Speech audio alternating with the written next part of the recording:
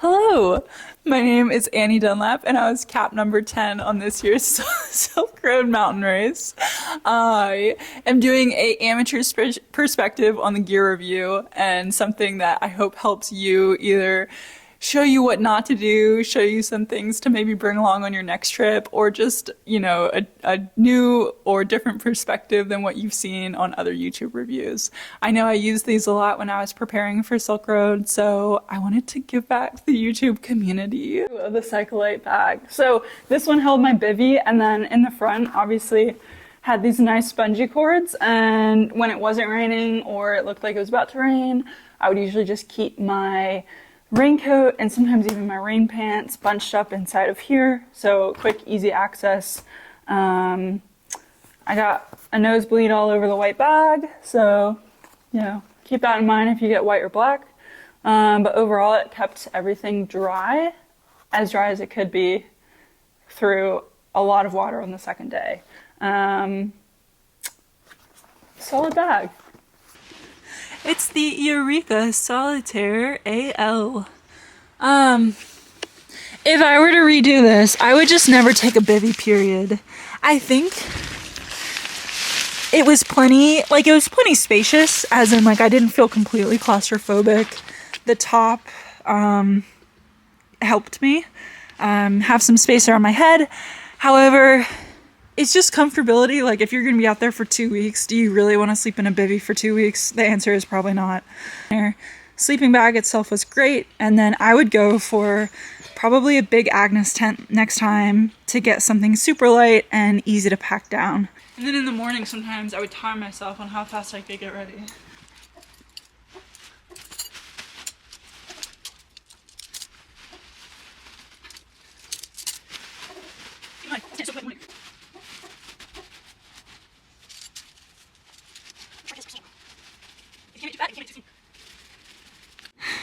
Obviously this would be on my bike, and in a perfect world the bike would be leaned up against a tree, but that almost never happened. And if I wasn't being lazy, I would use a ski strap like I did every day of Silk Road, and I'd shove it in here, just really got a massage, really just coax her in. So in here, I have my sleeping pad, and my tent, and the poles. Folks, I don't think it's possible without the ski strap. I might have to do a take two. Some people said this would be impossible to do without a ski strap, and I just defied all odds. As you can see, you get a real satisfying roll right here. But as the directions in Cyclolite say, you need your 3 good rolls. So I only got 2, which would not be sufficient. But it's going back into storage. Okay, so this is my sleeping bag, and it's compression. Obviously I didn't do a great job compressing it today, but it has a nice little thing that you can push down really hard on and then tighten it back up. In my experience, it didn't really make a difference, because either way, in 30 minutes, this whole bag was just flapping in the wind. But this would be strapped down to the top of my Old Man mountain rack, and I used just the typical fasteners that I'll show in a different clip. But the bag was waterproof, kept my sleeping bag dry. I also had a sleeping bag liner in here just in case, but no issues with the bag itself. Is just kind of big, but I had a really massive setup, so it worked just fine for what I had. I'll put this bad boy in the bottom, and then I learned if you stuff it with the thick side down, it's a little bit easier.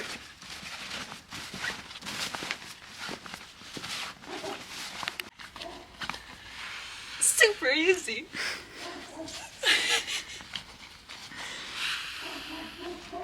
Oh, my neck.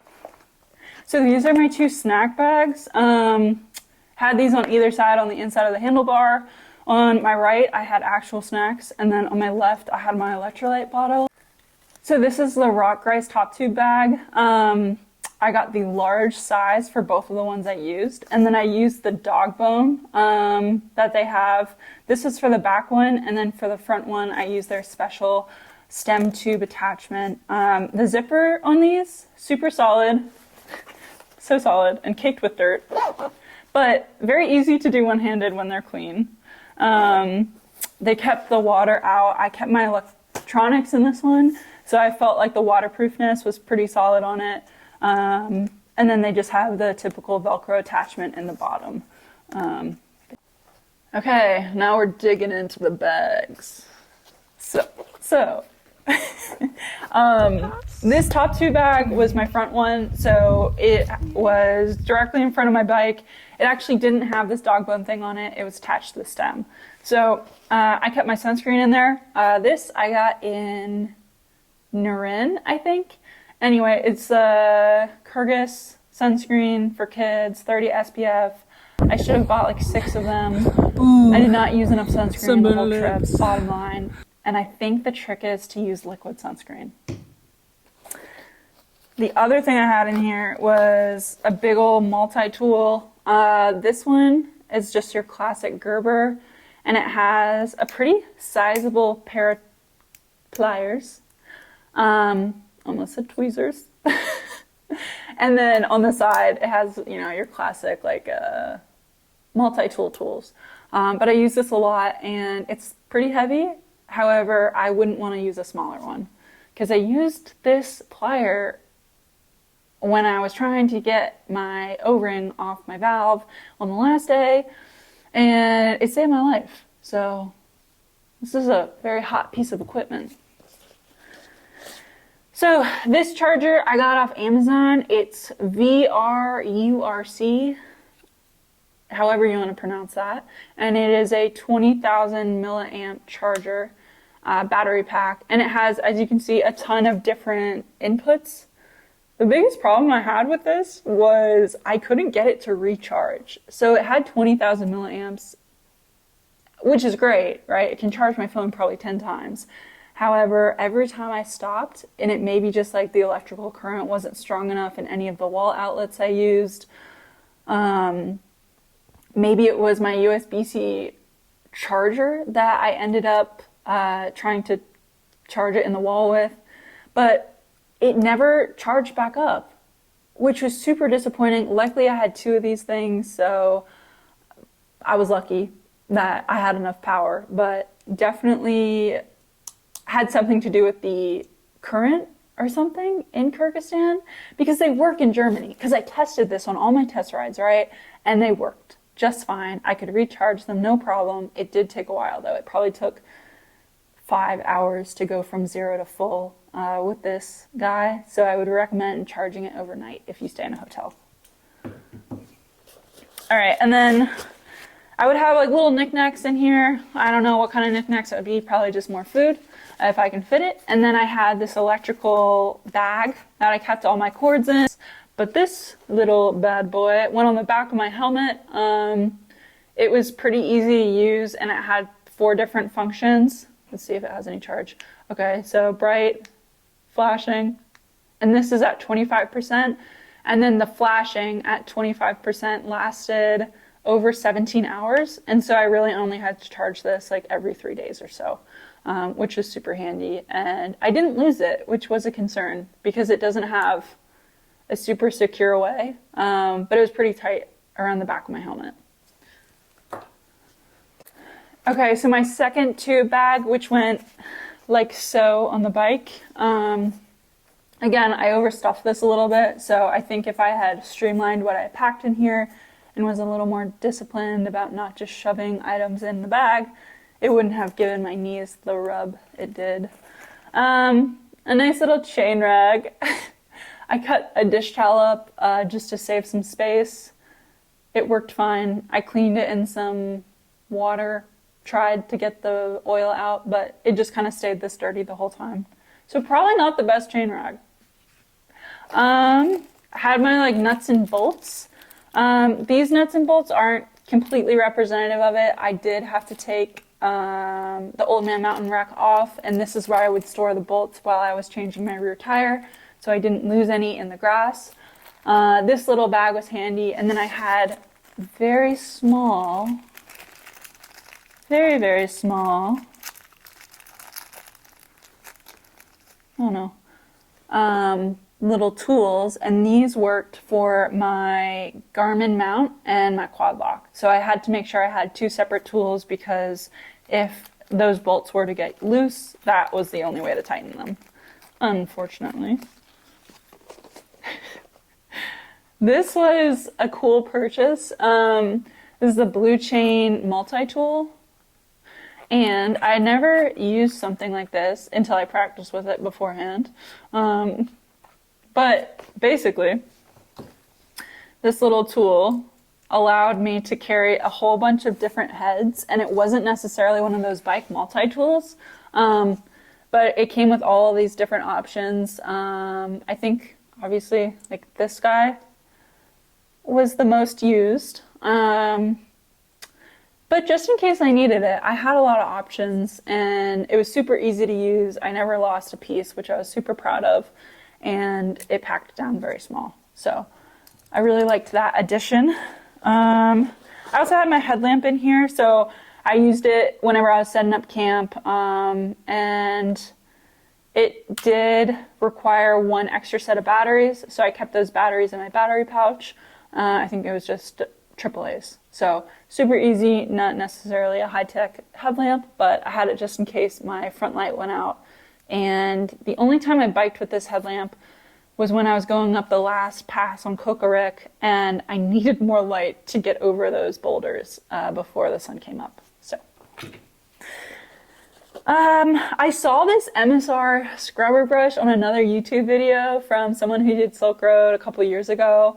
And he was like, I use it every day. It was awesome.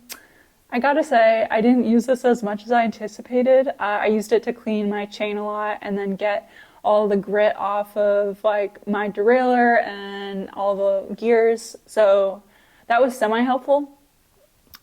But it was $13 on Amazon. And I would argue that a toothbrush could do the same job. So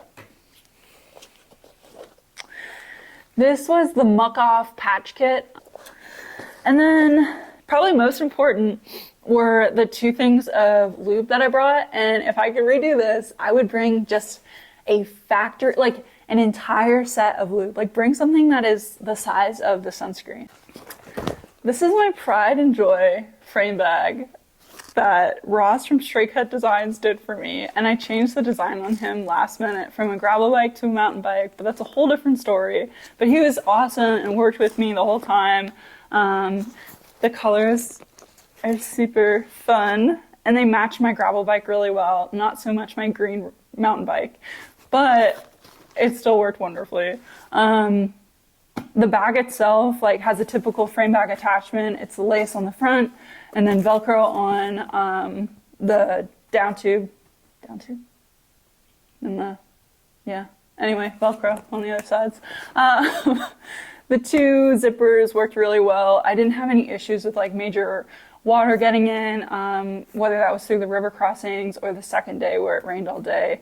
I mean, I think all of my stuff got wet that day, but it's hard to waterproof everything when it's just raining for 12 hours.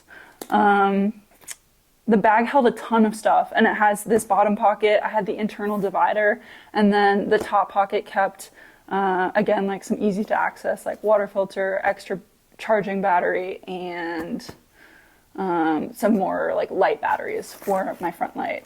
This second one, it was a smaller zip pocket, and it held stuff like my toothbrush, zip ties, my ski strap thing. I'll show you guys later.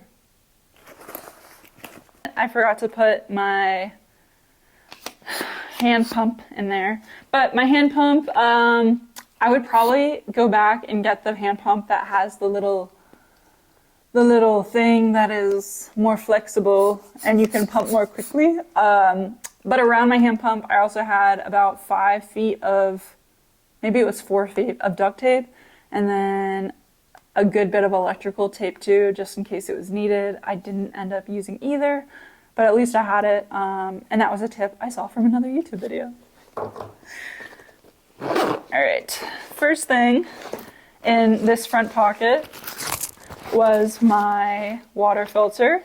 This water filter, it's the Kyrgyzstan, probably saying that incorrectly, but it's a 1 liter bee-free water filter. It was super easy to use. I just took off the top, filled it up with water, put it back on, and then it was a squeeze. As I said earlier, or maybe later in the video, the Nalgene was the easiest thing to squeeze this into because it was so steady and I didn't have to worry about it tipping over. But very easy to use, and it would collapse down really nicely into my frame bag every time. The other thing, another bag from Straight Cut Design. I kept all my batteries and extra electrolytes in here. Probably not good to have them mixed, but this is what my Bookman Light battery looked like. So before the race, I charged up 4 of these extra batteries because they can only charge when they're in the Bookman Light itself. And I had them all in this top part of the bag. So I knew, okay, when a battery runs out, I'll just open this big section of the bag and grab my new battery.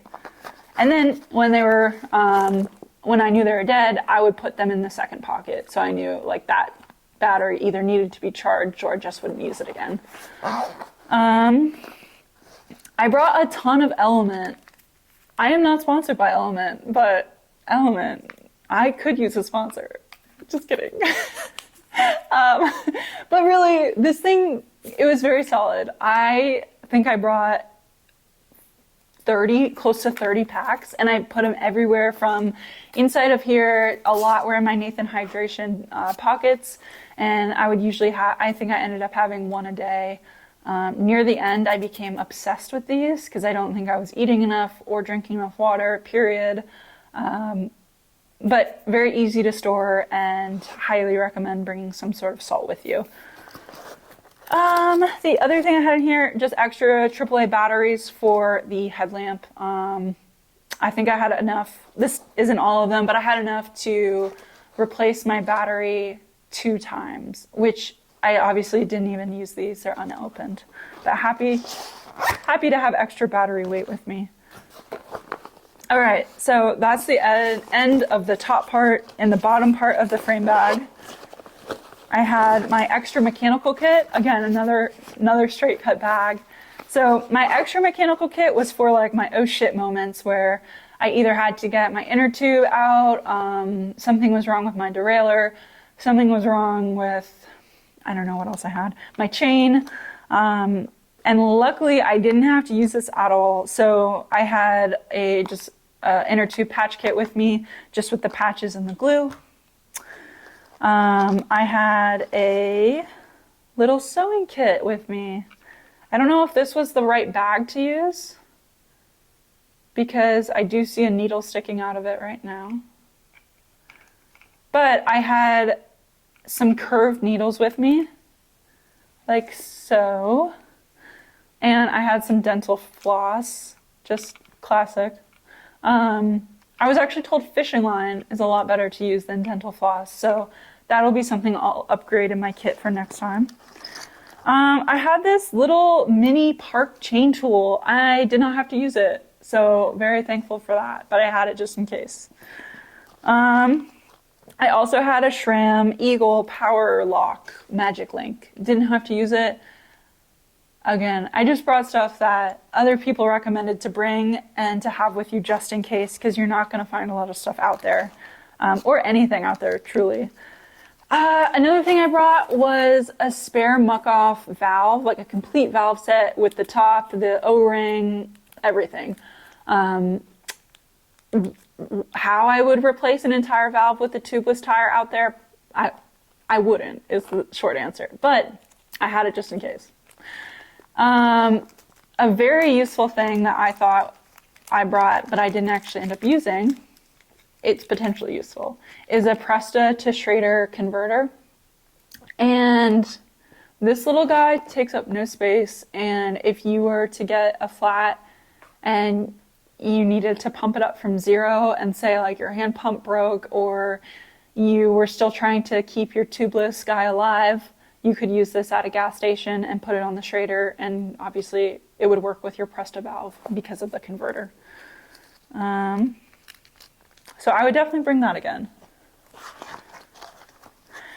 This is, it was actually on, it was either on the highly recommended or mandatory side of Nelson's race manual, and it's just a spare derailleur hanger. So I brought this. I ended up bringing 2 with me, and I think I even had a third when I was going to Bishkek because I was so paranoid that something would happen to my derailleur hanger on transport, and I wanted to make sure I had 2 spares with me. Again, this is what a lot of people on like different podcasts and different YouTube videos have recommended. And if you don't have the correct derailleur hanger, it will end your ride because you obviously need something very specific to your bike. So I actually had the wrong derailleur hanger with me until I got it checked out like a couple weeks before my race because the Canyon app wasn't finished updating their app, and it recommended the wrong derailleur hanger, and you just have to do your research to make sure that what you have works for your specific bike, and maybe not rely on AI or some random person saying this is good to go, which is what I've done in the past. Oh, so I brought so just 1 extra set of brake pads. I didn't end up using them.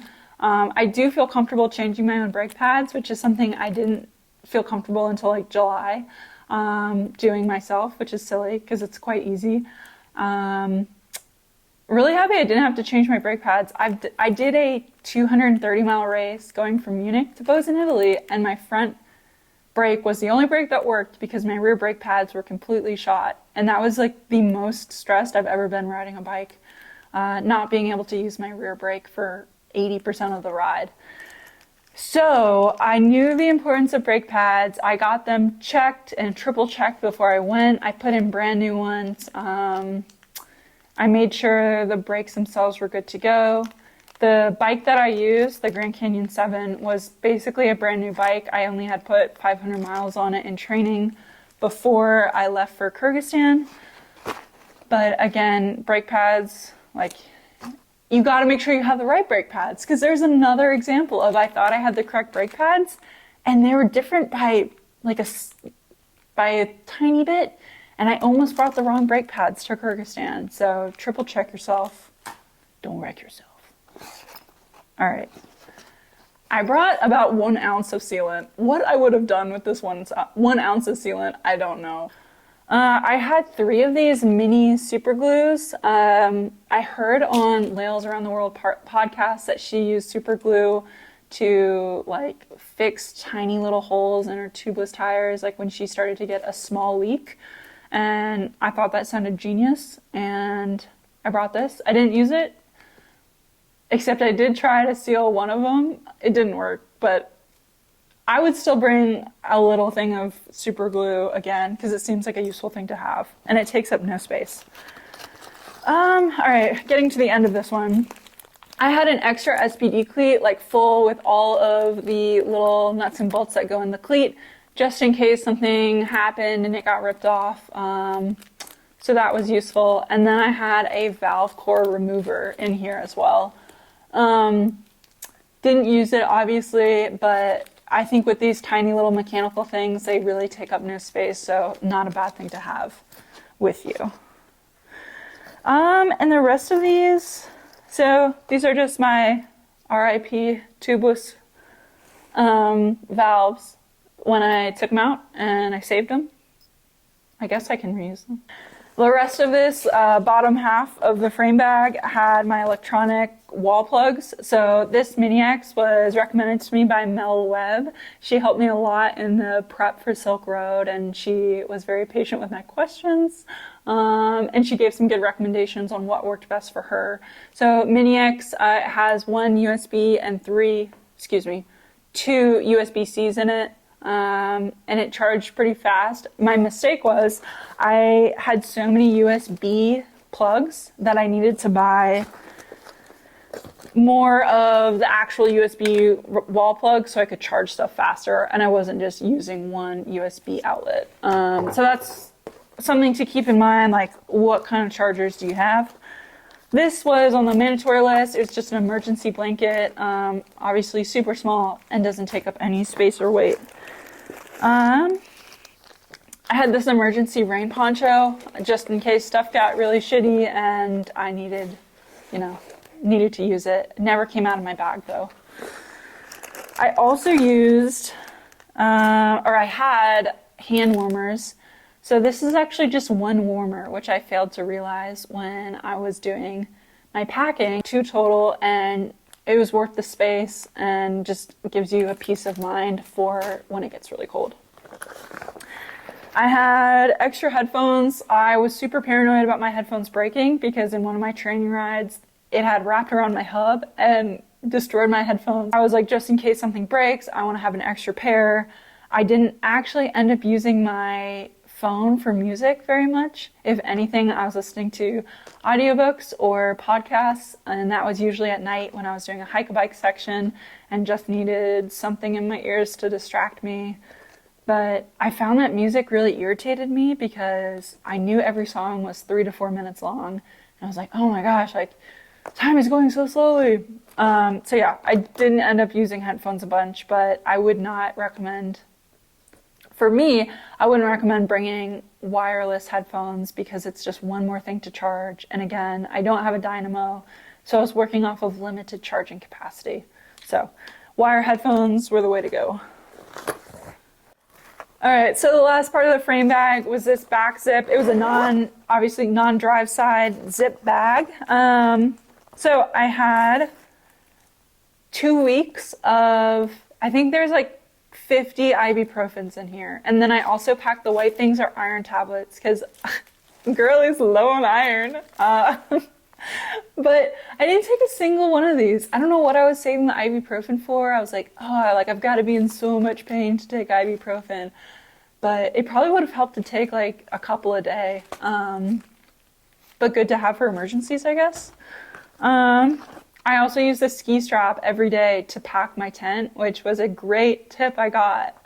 So ski strap was essential, and I honestly couldn't have packed my tent without it. And also good just in case something broke. The classic toothbrush. Very crusty, but it worked like a charm. I actually only brushed my teeth probably like 6 times during the trip, which is really gross to think about. But in every other bike packing adventure I've done, I've forgotten a toothbrush.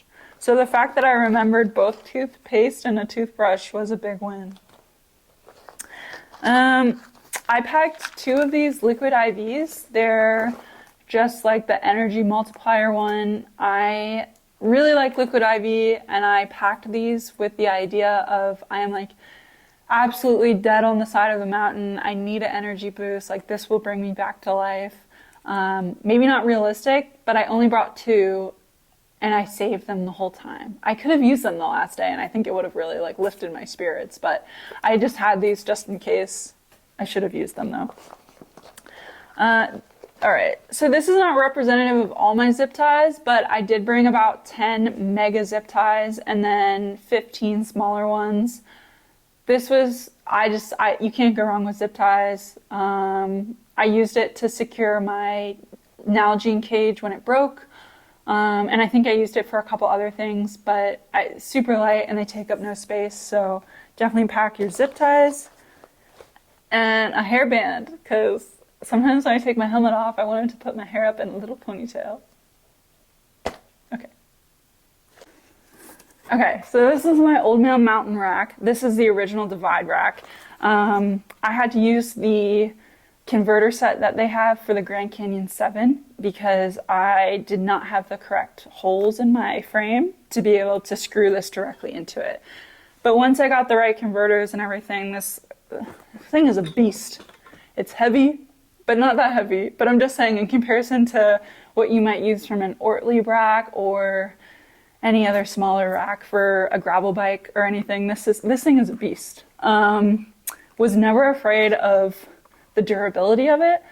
And it gave obviously plenty of clearance for my tires. I ran the 2.4 Schwab Wild Wills, so they had plenty of clearance, where my old rack was millimeters away from the tires. So good for mud and everything. As for the panniers, I use the Rock Rice Microwave Mini panniers. They're super lightweight, and they actually attach pretty nicely to the rack itself. And you can see it's the ski straps again. So super easy to adjust. If anything breaks, you can just throw another ski strap in there. But I didn't touch this whole setup the whole time because the pannier will just go right in here. You roll up the bag and then you can clip it. So that's what they look like on both sides. And then, we'll keep it rolling.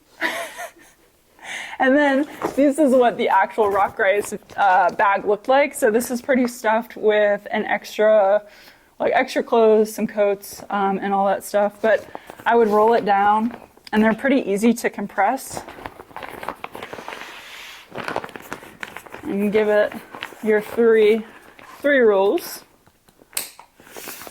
And then always just kind of shove it on in there. And the sides of this pannier, they're a little bit stretchy, so they do kind of move with what your bag has in it, which is really handy if like you're, stuffing it extra. This clip just keeps everything in place. Every time I would get something out of my bag and I didn't fully get off my bike, I would forget to clip this, and this would just be like wobbling around in the back. But the bag never fell out. Nothing ever fell out of my bag, even when I was careless and didn't double check my work. But these kept everything completely dry. I had a camera in here. I had all my clothes, like my base layers. Nothing ever got wet. One of these bags was completely submerged in a river crossing. It was totally fine. Nothing got wet. So super happy with the waterproofness and the durability of these bags. So this one is the Nathan Hydration backpack. I think it was a 2-liter, and overall it holds 7 liters of storage. So obviously the camelback part would just go in here. It has awesome storage on the back. And so plenty of space for extra knickknacks that I will go into later. This got ripped on my recon ride when I thought I had to ride through thorns to get to the start of the race. And I told myself, this is the correct path. And it was totally the wrong place. So that was ripped, but did not affect the bag's performance. Tons of pockets on the front. This little pocket, super easy to store extra water bottles, water filters, has these 2 mirroring zip pockets on both sides.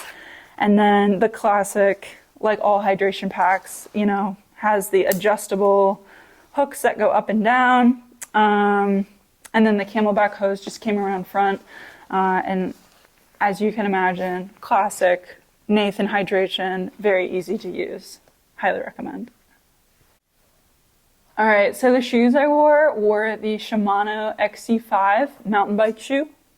They obviously just have the single BOA, and then you can see a little bit of damage on the backside. But overall, I think they held up super well. I had no issues with the cleat itself or the sole of the shoe. Before I left for Bishkek, I know I retightened both my bolts. I soaked my cleats in hot water. I got all the dirt out so I could tighten them, and all 4 of them were loose, so very worth the time. The reason I went with these shoes over any other shoe is because when I was training for this, I felt a lot of foot pain when I did anything above 85 to 90 miles.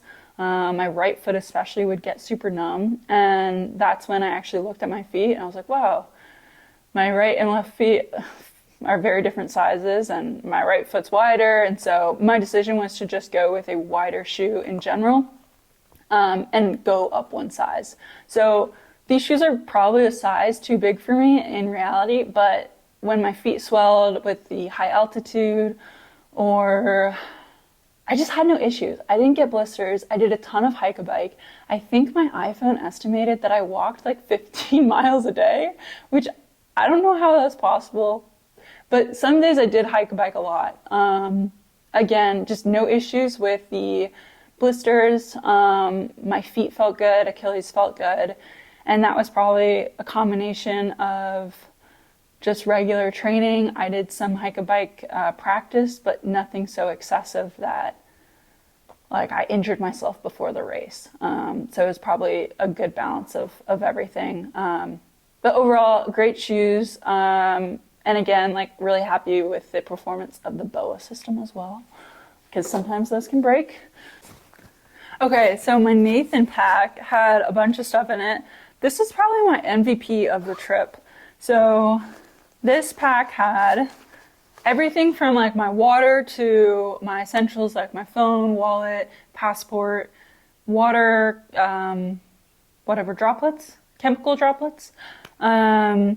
And then I also had, I'll show you all, so I had some gaiters in here, and these are borrowed hiking gaiters. I heard somewhere that people used hiking and ultra running gaiters for the hike-a-bikes.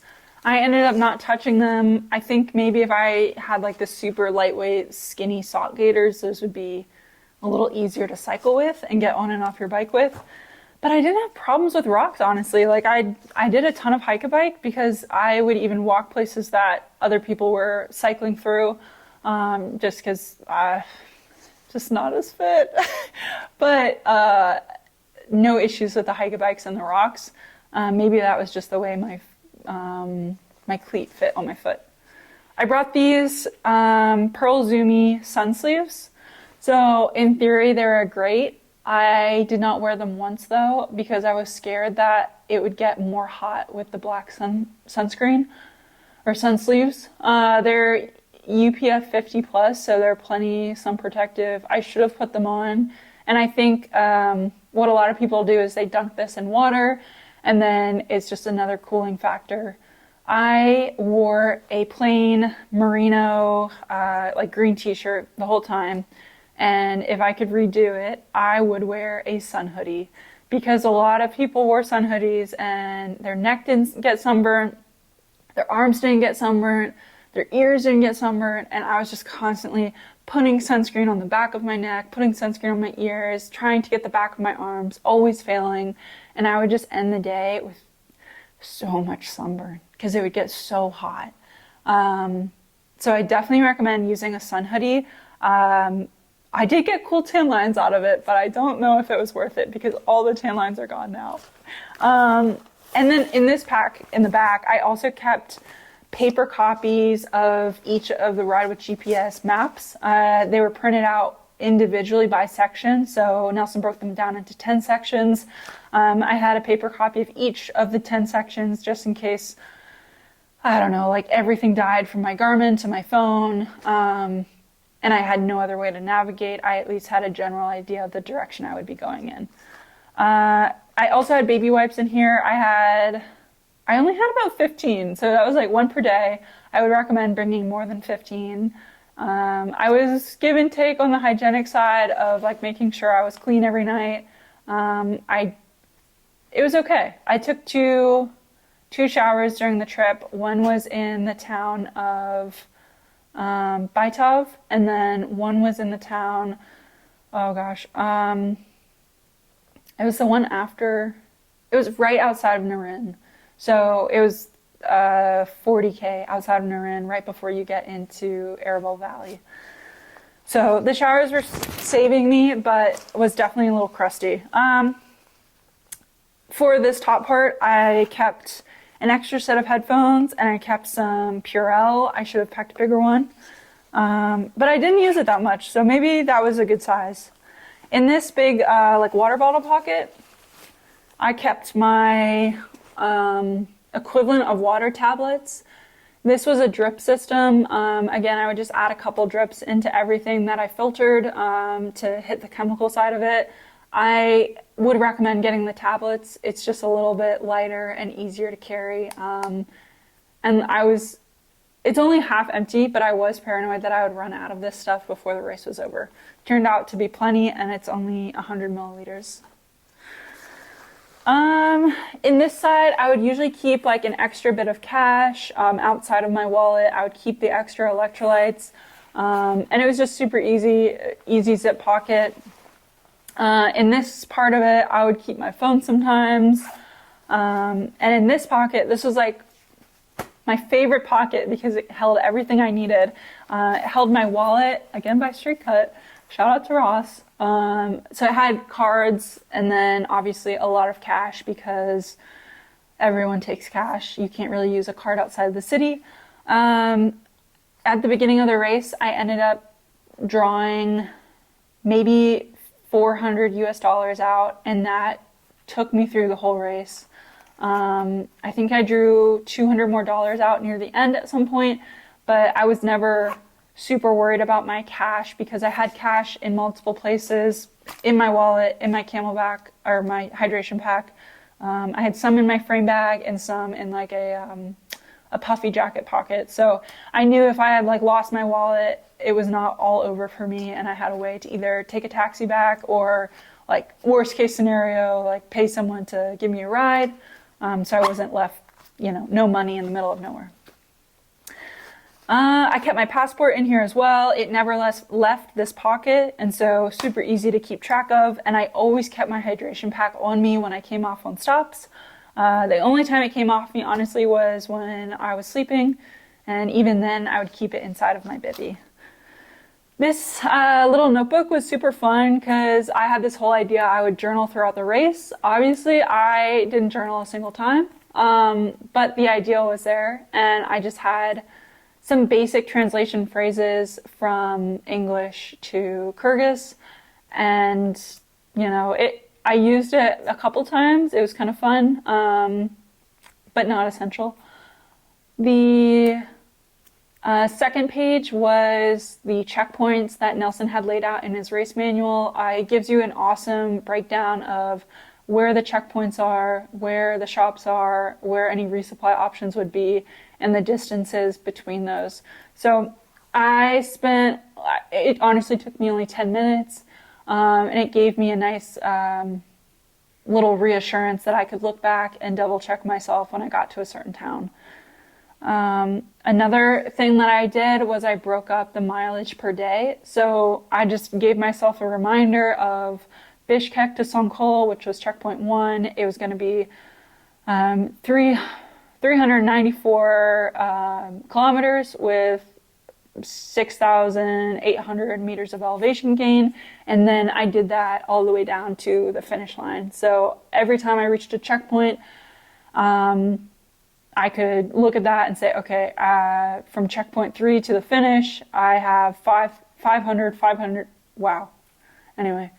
kilometers and 8,776 meters of climbing. To my brain, that works in mileage and feet. That didn't mean a lot, but it was a good way to check myself and kind of recenter whenever I got to a certain checkpoint. I also put in the closing times because I was always riding on the edge of, will I make it to the checkpoint before closing? And I was always racing that snail. I really didn't get bothered by the snail. I think I just focused on getting from checkpoint 1 to checkpoint 2 and taking it those step-by-steps. Because at the end of the day, whether you're behind the snail or in front of it, like, you're just trying to make it to the next checkpoint before it cuts off. So I found that was the easiest way to look at it instead of being obsessed with like where the snail was or where the people in front of you were, because you're just racing yourself. All right, another piece of my hydration package was this 1.5 liter Nalgene. I used this in combination with the Many Thing Cage by King Cage, and it mounted to the down tube of my bike, like so. These pieces are what plumbers use to tighten. So it did work really well. I tightened it after a couple test rides, got it good to go. This is secured on the down tube with 2 ski straps. And it did take a while to get on and off, but once I got used to it, the resupply with the water filtering went a lot faster. So what I would typically do is I would refill this Nalgene and then I would dump this Nalgene into my Camelback or hydration bladder, because that was a lot easier than to like try to balance my Camelback and squeeze the filter in there, and it was always like about to fall over. So I really like the Nalgene. This ended up breaking right after the Soviet road. And so I unfortunately had to zip tie this to my down tube because I couldn't get it all the way off. I had to put my Nalgene in the pannier, which was annoying because this Nalgene actually doesn't fit in the pannier very well. So it was just like a huge weight that was bouncing around in like either my left or right side. I drank a lot less water after this Nalgene cage broke. So it was a very good addition. But a plus is at the end of the race, I did email this company and I was like, hey, I sent them a picture of like how it broke, and they sent me some free replacement parts. So I will definitely be using this again. Super easy to install and a good solution to get another 1.5 liters of water on you. Okay, so this is the GSI stove with the MSR pocket rocket. No. This is the GSR, so hold on. This is the GSR, no, GSI pot, the pot itself. And then the stove is an MSR pocket rocket. So I must say, it did not always look this janky. It did get altered in my pannier because it got smushed many times. This stove was generously lent to me along with the oven. No. The pot. Anyway, this whole stove kit was lent to me, and I was excited to use it.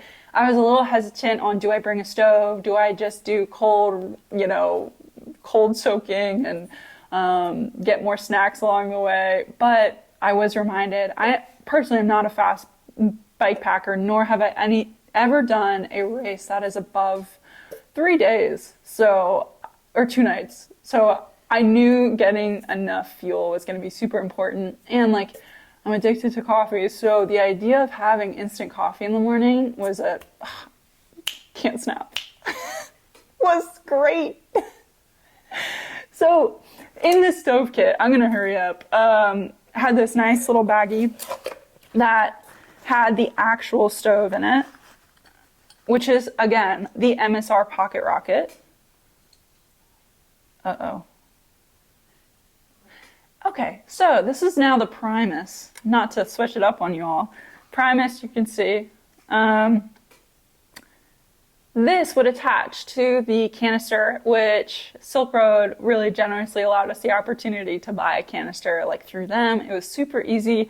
Yeah, so long story short, my igniter didn't work. I don't know what it was. It worked on my recon ride just fine. When I was out in Bishkek, and I got out there and I was like, oh my gosh, like I can't get any of my hot meals to work. And shout out to Becky. She told me to find a lighter. And I don't know why I didn't pack a lighter with me. I thought of a lot of other things, but a lighter just never made the list. It took me 8 days until I got some matches. So on day 8, I got matches and it worked just fine. But by that point, I was so used to not using the stove, it seemed like more of a hassle to take it out, set it up, have like the shitty meals that I had made myself from home, which, I don't know. I recommend probably a fire pot meal. They looked pretty good when I saw other people use them. But again, this folds up and would be fine if the igniter worked. This Spork MVP of the entire trip, it's a Boundless Voyage titanium. I managed to forget my tire levers on the credenza back here actually.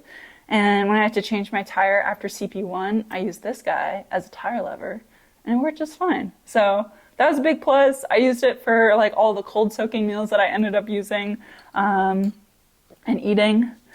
I also had 2 little pots with me. They're so dirty because we haven't cleaned this. So they're actually so dirty that I don't know if I can separate them right now. But One was for my salty meals like ramen, and one was for my sweet meals like the oatmeal that I packed.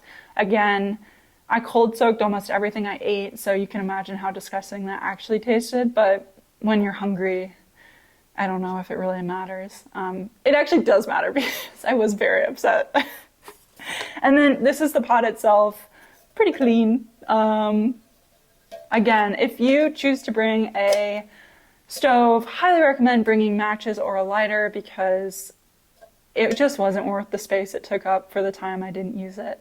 But when it did work, it was great. So MSR, not MSR, the Prime.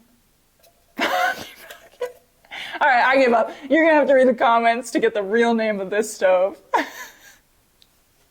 Okay, so this is my helmet. It was beautifully gifted to me and it's super awesome and cute. And I just love the coloring of it because, you know, girlies, we love the colors of helmets. However, the important part is that it didn't fit me correctly. The chin strap was entirely too tight on me. And so I don't know why I brought it other than that I knew I liked the color. There were other options, bottom line.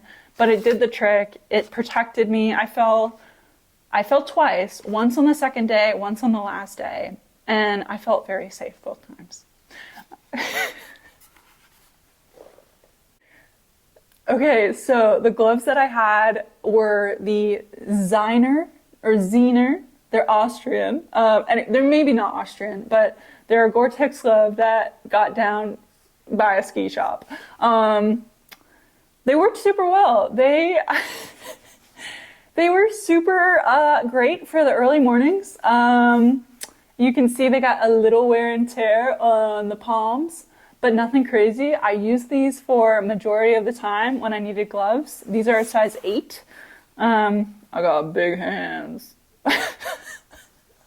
And they worked really well. And in combination with my over mitts from outdoor research, these got so hot. I never had cold fingers, which is so rare for me because I'm the kind of person that as soon as I go outside, my entire hand turns purple and everyone's like, do you have a disease?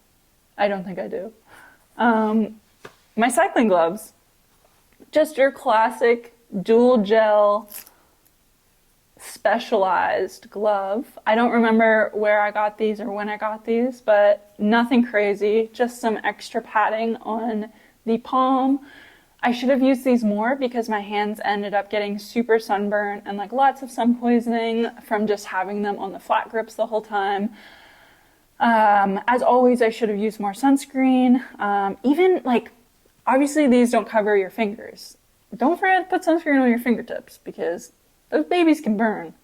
But no complaints with these gloves. I usually kept them in my hydration pack in one of the pockets when I wasn't using them. And I should have used them more. So, but no numb fingers, no issues like that. So highly recommend. Okay, so these are the sunglasses that I used. Got them at actually Octopus Gravel down in Andermatt, Switzerland. And the brand is called Aleve. I don't think I'm pronouncing it correctly. But they're awesome sunglasses. They have a really cool like color gradient, so they are transition glasses, which some people will hate, but I really liked them in the, obviously when it's darker, they will go lighter, and when it's super bright out, they went dark, and I never had any issues with visibility. Probably the biggest issue I had was like keeping them clean because as you can see, they're quite dirty. But the flexibility is very impressive. I felt like they were never on my face. In the past, I've used glasses from Smith, glasses from POC, and a few other ones I've tried, mostly just Smith. But they've always fallen down my nose because I sweat a ton when it gets hot and I'm riding. And these puppies, I can't say enough good things about them. I never had any issues with them. I forgot they were on my face. And a really nice lady sold them to me when I was in Switzerland. So that was probably my favorite part. Yeah. Okay, so that was my setup for 2024's Silk Road Mountain Race. I had a really heavy setup, honestly. It was fat, bulky, kind of hard to push over hike a bike, and I could barely lift it over the river crossings. I had to bring my bags over separately. But it worked for me, and I think that's a takeaway that I learned from a lot of people prepping for this race, and hopefully others, is every setup is so personalized to the individual, and you just got to do a lot of trial and error with practice rides. You know, maybe you have some B races that you try some new gear out on, and you got to see what works for you. So it got me to the finish in 15 days, 12 hours past the official time limit, and overall I'm thrilled that I got the chance to do Silk Road Mountain Race in the first place. It's a beautiful route. You meet some amazing individuals, both on the route, in the race, and around the local area. The Kyrgyz people, their hospitality is unmatched, and I think you see that in a lot of the reflections from Silk Road. If you have any questions or you want to keep diving into Silk Road, there's a lot of great information out there from other vloggers and professional athletes. It would be funny to do like a whole video on an amateur's perspective and what worked for me. I didn't go fast, I didn't go hard, but I finished it, and I'm really proud of that. So I think the biggest takeaway for Silk Road or any big bikepacking race is figure out why you want to do it and keep pursuing it from there.